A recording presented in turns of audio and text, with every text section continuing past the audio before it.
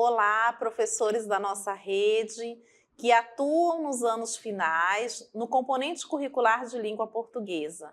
Sejam bem-vindos ao nosso momento formativo.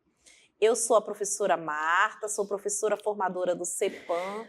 O CEPAM é o nosso centro de formação da SEDUC e nós estamos sempre levando ações formativas para contribuir de forma significativa com você, professor. Nós estamos aqui realizando esse momento formativo que faz parte de um conjunto de ações do projeto Trilhas do Saber. O projeto Trilhas do Saber ele é um projeto prioritário do governo que desde o ano de 2021 ele leva ações formativas tanto para o interior como para a capital. E dentro desse guarda-chuva de ações formativas, nós temos o Trilhas Estiagem, porque a nossa rede sensibiliza com este momento que está sendo vivenciado, principalmente pelo nosso interior. E para dialogar comigo neste momento, tem aqui ao meu lado a professora formadora, professora Maria José. Bem-vinda, professora! Obrigada, professora Marta. É um prazer estar aqui mais uma vez com os nossos professores, nossos colegas de trabalhos que estão aí espalhados por nosso estado, nos interiores, nos municípios do estado do Amazonas. É uma honra estar aqui e hoje para falar sobre o que mesmo, professora Marta? Qual é o nosso tema de hoje? Então, professora, hoje nós vamos falar sobre avaliação. É o nosso terceiro encontro. Nós já fizemos o primeiro episódio, onde nós trouxemos algumas propostas de gêneros textuais. Aí nós realizamos o nosso segundo episódio, onde também nós fortalecemos os recursos didáticos. E caso você tenha perdido esses dois episódios anteriores, eles estão disponíveis no nosso canal do CEPAM por meio do YouTube. E hoje nós vamos apresentar o nosso roteiro de atividades para este momento. Vamos trazer a cartela? É fundamental, o professor deve estar se perguntando como que eu vou avaliar o meu estudante se ele está tão distante, né? Como é que eu vou avaliar o estudante nesse processo? No contexto da estiagem, no contexto do ensino híbrido, como que eu vou avaliar esse processo? Se eu pensar a avaliação apenas como uma aplicação de prova, nós vamos achar que é difícil, né? Mas quando nós voltamos para... Por isso que nós estamos iniciando o nosso encontro hoje sobre o conceito de avaliação e quais são os instrumentos avaliativos que nós podemos utilizar para acompanhar o processo de aprendizagem dos nossos estudantes. Vamos à cartela. O nosso roteiro de hoje, então, diante disso, nós vamos trabalhar o conceito de avaliação, o que é avaliação da aprendizagem, porque uma coisa é o que é o conceito de avaliação e o que é avaliação da aprendizagem e os instrumentos avaliativos. Diariamente, nós estamos sempre nos avaliando. Em tudo que nós fizemos, nós avaliamos, não é? O que nós queremos com isso? Hoje, para vir para cá, nós nos arrumamos, para gravar, nós nos arrumamos. E qual foi o processo avaliativo que nós utilizamos para saber se nós estávamos bem apresentados para estar aqui diante dessa câmera falando com vocês? Nós olhamos para o espelho e nos avaliamos. A avaliação é isso, né? E a avaliação da aprendizagem? O que é a avaliação da aprendizagem? O conceito que nos traz, nós vamos trazer primeiramente é a citação. Na verdade, não é uma citação, né, mas os tipos de aprendizagem de acordo com os estudos realizados por Bloom em 1993. Vocês conhecem a taxonomia de Bloom, que fala justamente sobre os níveis, né, de desenvolvimento cognitivo do estudante, do mais simples ao mais complexo, e diante disso, ele estabeleceu 3 tipos de avaliação. Quais são eles? Diagnóstica, formativa e somativa. A avaliação diagnóstica, ela acontece no início do processo, mas também durante o processo. No início do processo, eu quero saber onde o meu estudante está e onde eu pretendo, eu quero que ele chegue, que já foram traçados os meus objetivos de aprendizagem. Então, a avaliação é importante porque ela está dentro do... O foco dela é a aprendizagem, né? E a processual, que o Bloom nos traz é a avaliação que ela é feita durante o processo de aprendizagem. E é também diagnóstica, porque eu vou acompanhar, verificar. Ela é importante não só para o professor, mas para o aluno também, porque por meio dela eu posso saber quais são as dificuldades e os avanços do estudante durante o processo de aprendizagem, e isso nos permite, inclusive, repensar. Lembra que nós falamos sobre a flexibilização dentro do processo, do nosso processo didático-pedagógico, do nosso fazer pedagógico? E, por fim, a nossa somativa. A somativa, ela já é classificatória. É também diagnóstica, mas ela é classificatória, que é essa daí que nós atribuímos nota, que nós vamos classificar o aluno ou para a série anterior. Por exemplo, uma prova de vestibular, por exemplo, é uma avaliação classificatória. Um concurso público é uma avaliação classificatória. As avaliações que nós realizamos, em que tem o resultado de uma nota, cujo objetivo é promover o estudante para uma série anterior, para uma próxima série, nós estamos trabalhando com a avaliação somativa, mas não esquecendo que todo o processo, a diagnóstica e a somativa fazem parte de todo o processo e vão contribuir para a aprendizagem dos estudantes.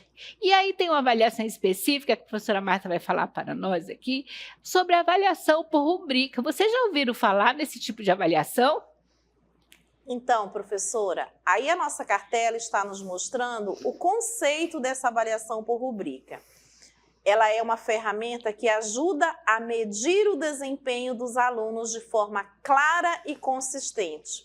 Ela fornece critérios detalhados e uma escala de avaliação para diferentes aspectos do trabalho dos alunos, permitindo uma avaliação objetiva e abrangente. Então, nós, enquanto professores de língua portuguesa, quando nós vamos avaliar uma produção textual, por exemplo, e aí nós atribuímos, por exemplo, uma nota 5, numa avaliação que tinha um peso 10. Aí os nossos estudantes, mas por que eu tirei esse 5?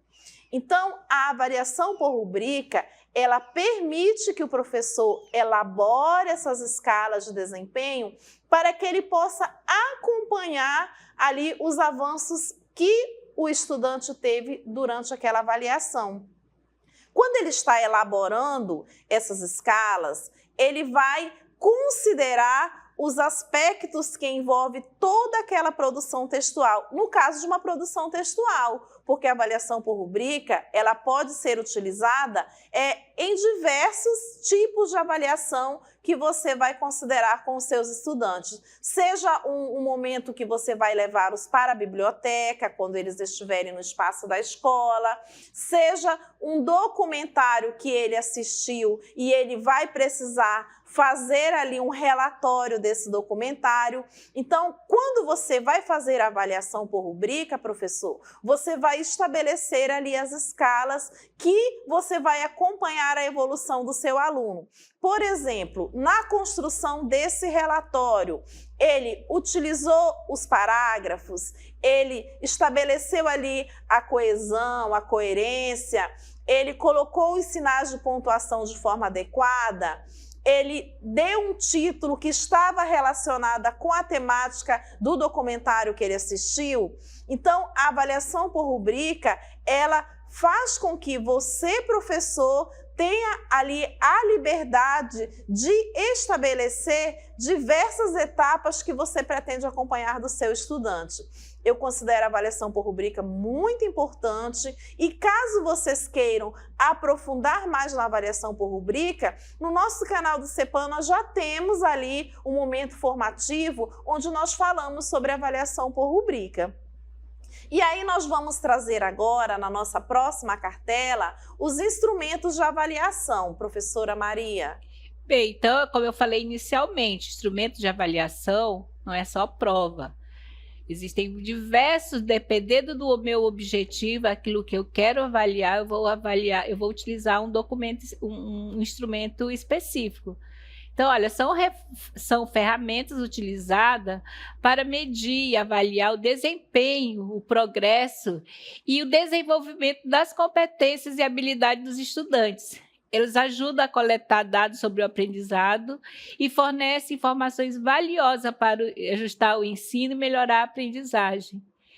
Eu lembro até que eu vou trazer, que eu gosto muito, tem um livro chamado, do Vasco Moreto, chamado Prova.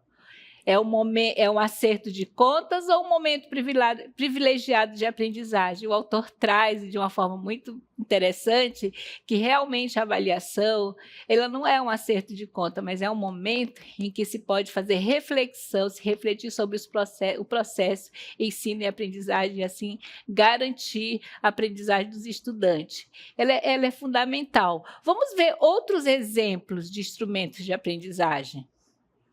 Então, olha só, ali nós estamos apresentando 9 exemplos de instrumentos de avaliação aí na nossa cartela.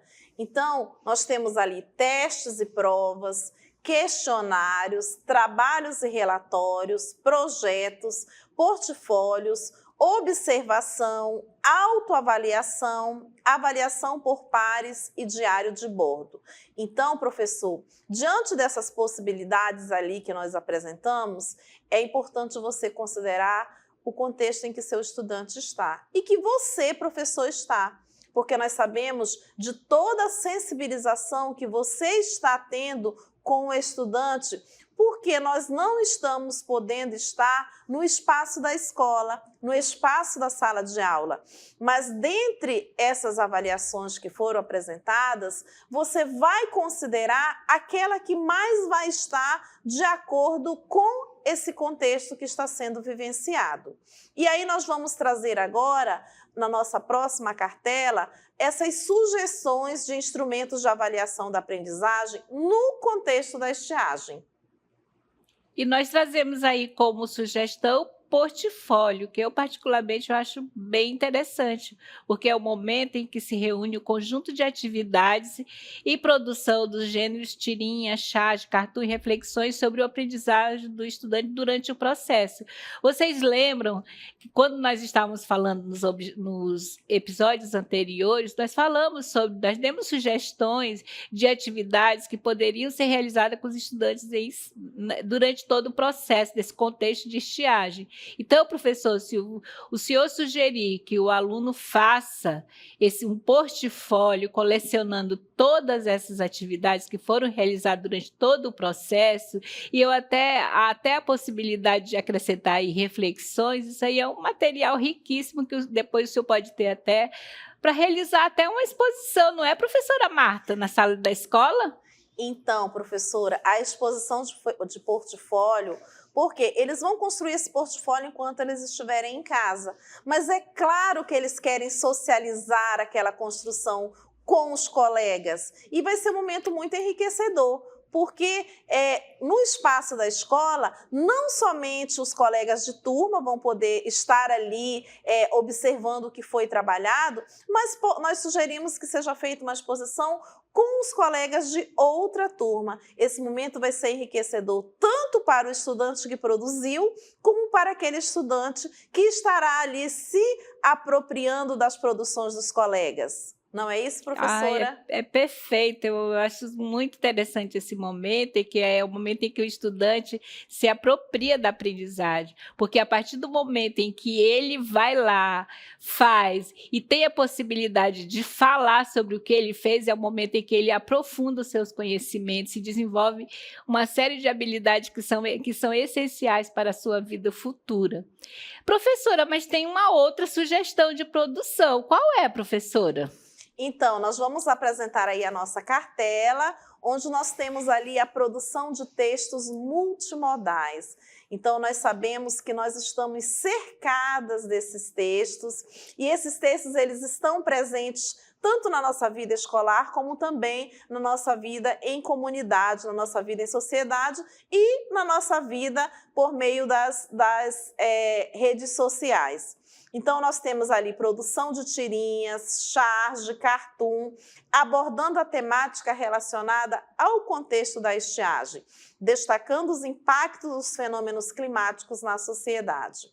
Então, professor, é muito importante, quando você vai trabalhar um gênero textual com o estudante, você apresentar as características desse gênero, para que ele, no momento em que ele vá desenvolver o seu texto, ele estabeleça ali os critérios desse gênero textual. Mas também isso não pode estar desassociado da temática, e principalmente a temática das mudanças climáticas.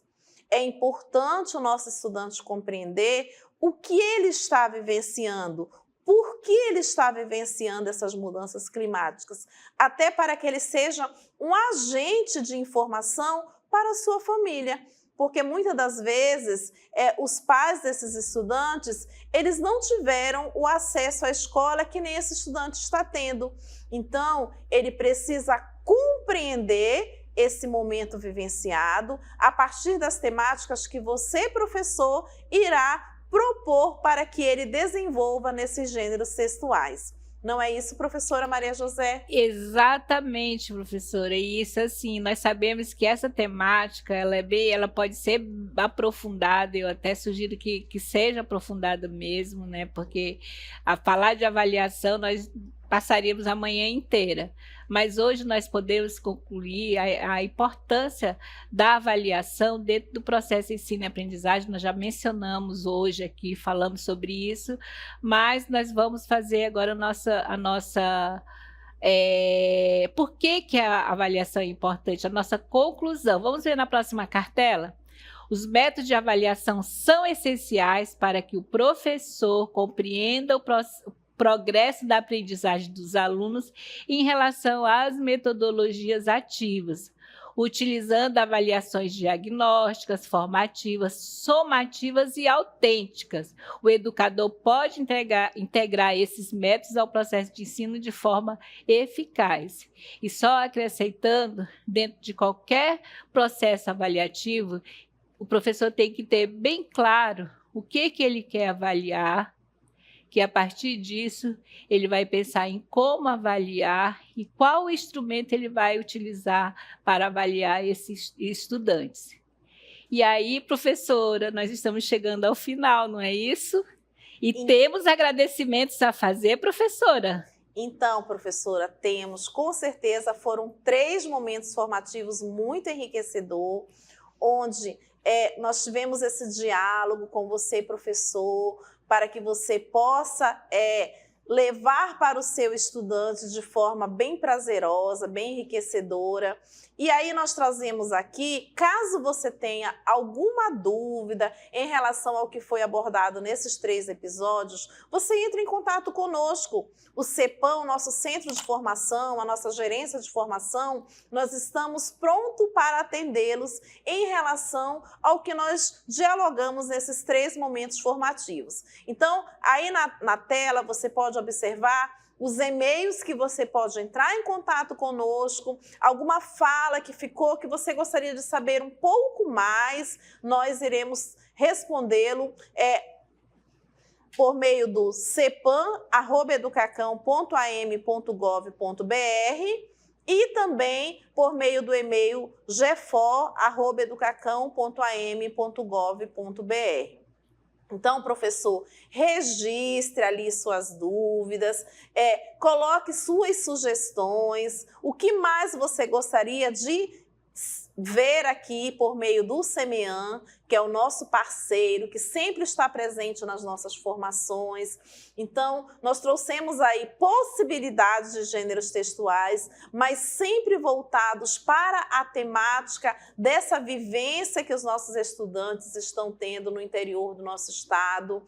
Nós trouxemos ali, apresentamos tanto o canal do Aula em Casa, como a plataforma Saber Mais, que são recursos da nossa rede que vêm para ajudá-lo na sua prática pedagógica. Não é isso, professora Maria José? Isso, exatamente. Eu vou reforçar o agradecimento aqui ao CEMEAN, que é por meio do CEMEAN que nós conseguimos chegar até a sua casa, até a sua escola. E é isso, né, professora? Então, professora... Estou bem feliz, já estou assim com gostinho de saudade, deixo um abraço no coração de cada um. E eu, de maneira especial, quando se fala de interior, eu gosto de reportar a minha terra natal, que é o Humaitá, professora Maria José. Então, eu deixo um caloroso abraço para os meus conterrâneos, que também tem muitas escolas de Humaitá que estão vivenciando esse contexto da estiagem. Então, professores, em nome do meu município, eu agradeço a todos os outros municípios do nosso interior que estiveram conosco nesses 3 episódios. Nós agradecemos a nossa diretora do CEPAM, que está sempre incentivando esses momentos formativos, também a nossa gerente de formação, a coordenação do CEPAM Digital, que está sempre presente nesses momentos de formação. Fica aqui o nosso forte abraço e, caso vocês não tenham visto todo o episódio, acessem o canal do CEPAM no YouTube, onde vocês terão aí todos os episódios de forma íntegra. Professora, eu não posso deixar também de lembrar do meu município, a minha terra natal, que é Irunepé, lá no Rio Juruá. Aliás, está muito difícil chegar. Sabe que tem 2 formas de você chegar a Irunepé, ou avião ou barco. Só que barco, na época de estiagem, além de demorar mais, fica bem mais difícil chegar, mas são professores bem atuantes, né? Um abraço no coração para todos. Muito obrigada e um forte abraço a todos vocês. E até a próxima!